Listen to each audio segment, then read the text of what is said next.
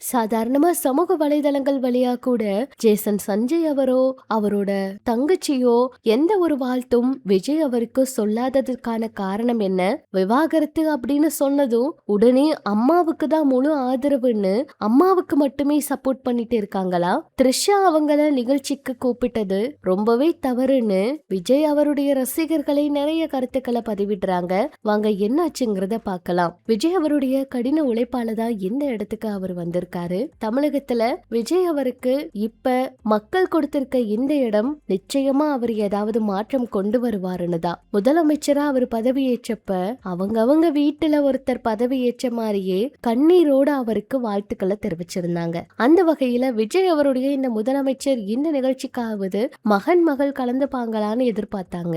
ஏன்னா இது எவ்வளவு பெரிய விஷயம் அவருடைய வாழ்க்கையில. ஆனா இதுல கூட அவங்க மகன் மகள் கலந்துக்கல.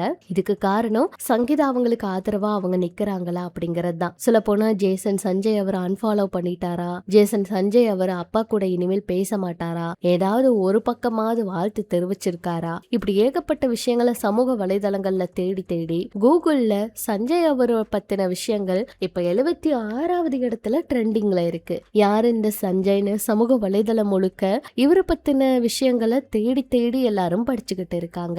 என்னதான் இருந்தாலுமே மகன் மகள் இந்த ஒரு நேரத்துல இல்லாதது விஜய் அவருக்கு நிச்சயமா ஒரு மிகப்பெரிய வருத்தமா இருக்கலாம் அப்படிங்கிறது எல்லாருடைய கருத்தாவும் இருக்கு.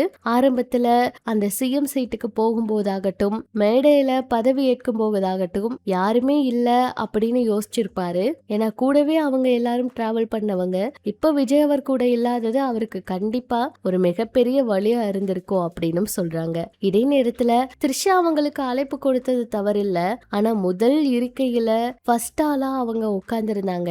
அவங்க வந்ததுமே கையசைச்சது இதெல்லாம் பார்க்கும்போது நீங்க யாருங்க, புதுசா இருக்கீங்க, திடீர்னு எல்லா இடத்துலயுமே என்ட்ரி கொடுக்கறீங்க அப்படின்னு விஜய் அவருடைய ரசிகர்களை நிறைய இடத்துலயும் கமெண்ட் பண்ண ஆரம்பிச்சுட்டாங்க. ஆனா த்ரிஷா அவங்க உள்ள வந்ததுமே விஜய் அவருடைய அம்மா கிட்ட போய் வணக்கம் சொல்லிட்டு அதுக்கப்புறம் அவங்களோட சீட்ல உட்காந்துட்டாங்க.